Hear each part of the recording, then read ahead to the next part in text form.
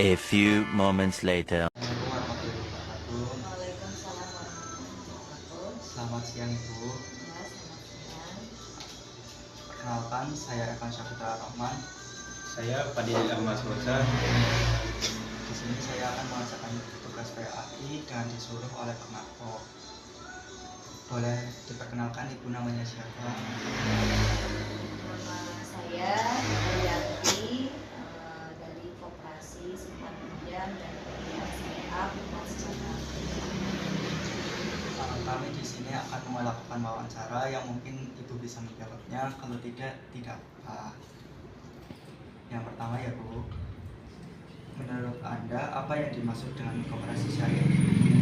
Ya, koperasi syariah tentunya adalah koperasi yang perjalanannya sesuai dengan akad-akad syariah, sesuai dengan apa yang diperbolehkan dalam akuntansi syariah. Mungkin simpelnya seperti itu, Mas. Ya, kita berlanjut kepada pertanyaan yang kedua.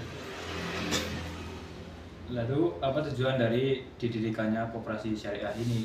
Ya, tujuan didirikannya koperasi syariah ini yang pertama adalah memberikan kemanfaatan untuk masyarakat dengan bertransaksi sesuai dengan syariah, dan kita ingin memberantas yang namanya riba, dan harapan kami juga agar masyarakat itu tidak terjerat oleh riba dan hutang-hutang yang semakin lama itu semakin menumpuk dan akhirnya hanya merugikan anggota atau nasabah seperti itu. Dengan hadirnya koperasi syariah, harapannya masyarakat bisa bertransaksi menggunakan akad syariah sehingga kebermanfaatannya tidak hanya hal duniawi tapi juga ada hal dari unsur keberkahan. Dan dengan hasil atau cara yang syariah, insya Allah hasilnya insya Allah berkah seperti itu. Berarti dalam suatu koperasi syariah ini dilarang dengan yang namanya riba ya? Ya, karena namanya syariah, kita juga tidak melarang atau kita melarang transaksi yang tidak sesuai dengan syariah. Dan di sini ada akad-akad sesuai nanti peruntukan dari anggota itu digunakan untuk apa, itu nanti akan ada akadnya masing-masing. Dan ketika kami adalah lembaga keuangan syariah, maka di sini kami juga memiliki DPS, Dewan Pengawas Syariah. Tidak hanya Dewan Pengawas, tapi kita juga memiliki Dewan Pengawas Syariah yang akan melihat bagaimana caranya akad, bagaimana membuat akad, bagaimana bertransaksi. Nanti akan dilihat oleh Dewan Pengawas Syariah. Itu seperti itu. Kalau itu kita berlanjut ke pertanyaan selanjutnya ya. Bagaimana koperasi syariah mensejahterakan anggotanya? Ya, bagaimana caranya mensejahterakan? Yang pertama dengan adanya SHU. Dan di sini karena syariah tidak hanya profit tetapi juga benefit yang akan kita luaskan. Di sini di koperasi syariah kita juga ada penggalangan dana siswa, zakat, infak dan sodako. Untuk siswa itu kita memiliki payung hukum dari les infakun, pelayanan zakat, membangun keluarga utama, dan wakaf dari BMT Umum Citra Mulia ini sudah menjadi nadir wakaf Indonesia. Dengan siswa ini kita juga bisa mensejahterakan anggota. Contohnya ketika nanti ada program tasyaruf dari Baitul Mal untuk melakukan masnaf dari dana zakat yang dikumpulkan atau yang diterima oleh para muzaki, kita berikan kepada anggota yang masih dalam kategori 8 asnaf, fakir, miskin, amil, gorimin, dan sebagainya. Karena tidak semua anggota kita itu adalah anggota yang mampu, tetapi juga ada yang duafa karena memang mereka membutuhkan sehingga mereka bertransaksi di BMT syariah. Nah, dari situ selain dapat pembiayaan, mereka juga terbantu dengan adanya tasyaruf dari Baitul Mal.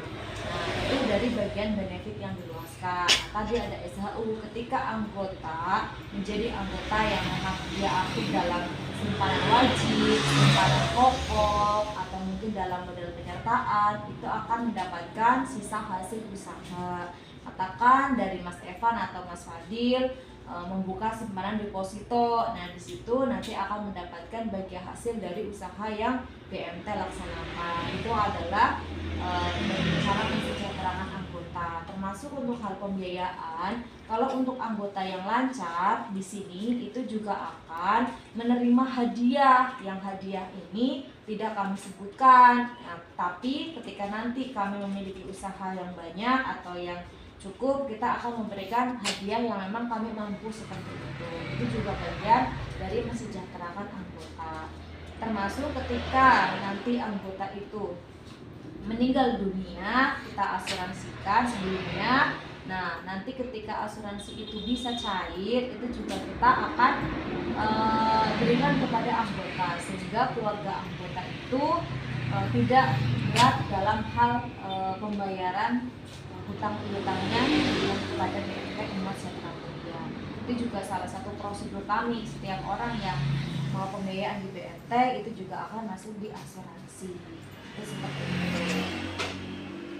Baik, apa saja yang kendala yang sering dialami dalam menjalankan koperasi syariah ini?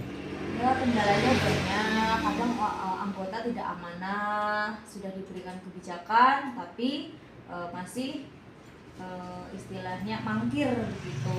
Terus juga ada yang pergi ke luar kota atau kemana, jaminannya dijual, ya hal-hal yang seperti itu juga kadang terjadi. Ya, harapan kami sih tidak semuanya seperti itu.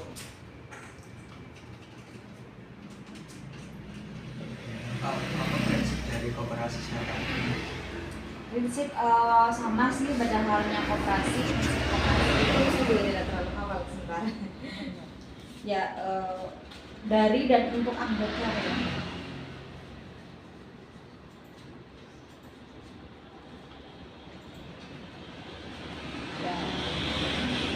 Ya, prinsip koperasi itu kan bersifat sukarela dan terbuka begitu ya.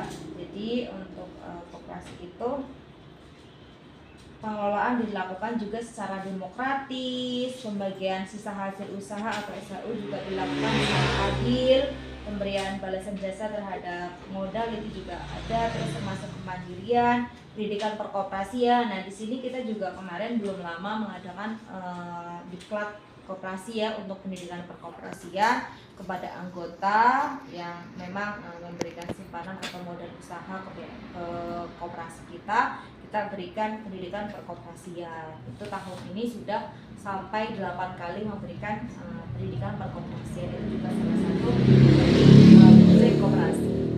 Mungkin begitu Mas Fadil dan Mas Evan. Baik Bu, terima kasih ya Bu atas jawabannya. Mungkin kami salah kata, saya dan Fadil memohon maaf.